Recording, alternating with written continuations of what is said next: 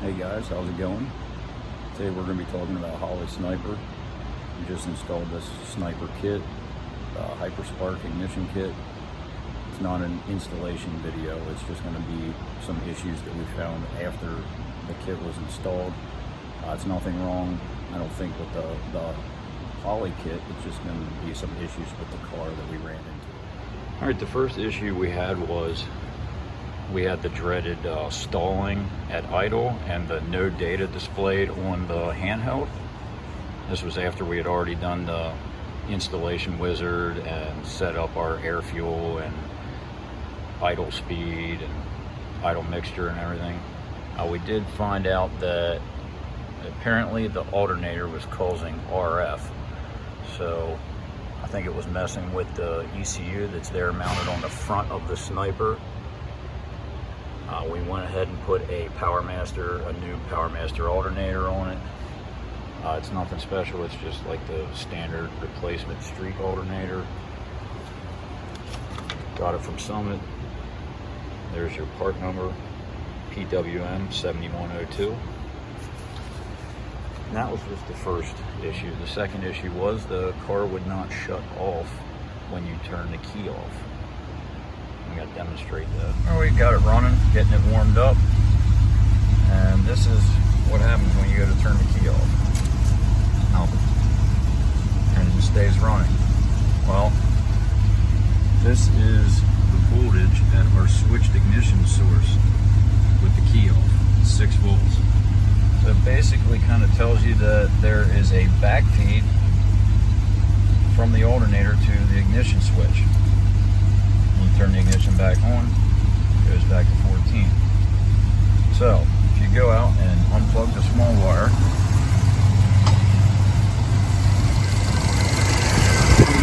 the alternator,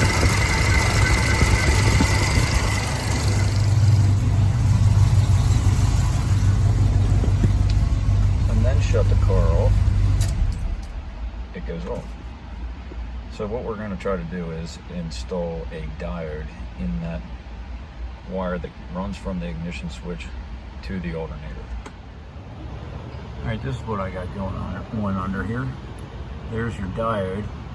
And because this is an external voltage regulator for the alternator, the ignition wire comes up and goes to that, and that's the number 4 terminal on top of there. You want the silver stripe of the diode facing the voltage regulator. Now obviously this is just temporary, I'm just putting it together like this just to check and make sure it does actually shut off the engine when you turn the key off. Other thing I wanted to mention while I was under here is if you have hood clearance issues, running a flat base air cleaner is going to raise this up too high. The hood won't close. What I found that worked on this, it's a 69 Firebird. It's a K&N 1-inch drop base, and then I put a Earl's 45-degree swiveling fitting up front here, and it does actually fit on and doesn't rub. There's enough clearance, just enough under there that the line can come through or come underneath. That fitting part number is right there if anyone's interested in that. And this is also the diode part number kit that's from Paintless. So at this point, you just go check and see if this thing actually shuts off when I turn the key off. All right, let's fire it up.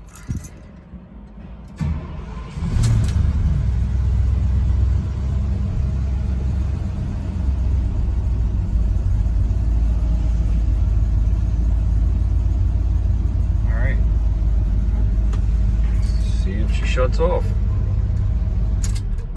Okay, looks like the diode did the trick. Alright, the last thing I wanted to mention was that if you do have an internally regulated alternator, that diode does go on the number 1 wire, the 2-wire connector that goes into the back of the alternator. This also will apply if you just have like some type of an aftermarket like CD ignition box like an MSD. I think this still will work. So hopefully this video might help somebody, if anybody even watches it. So everybody have a good one.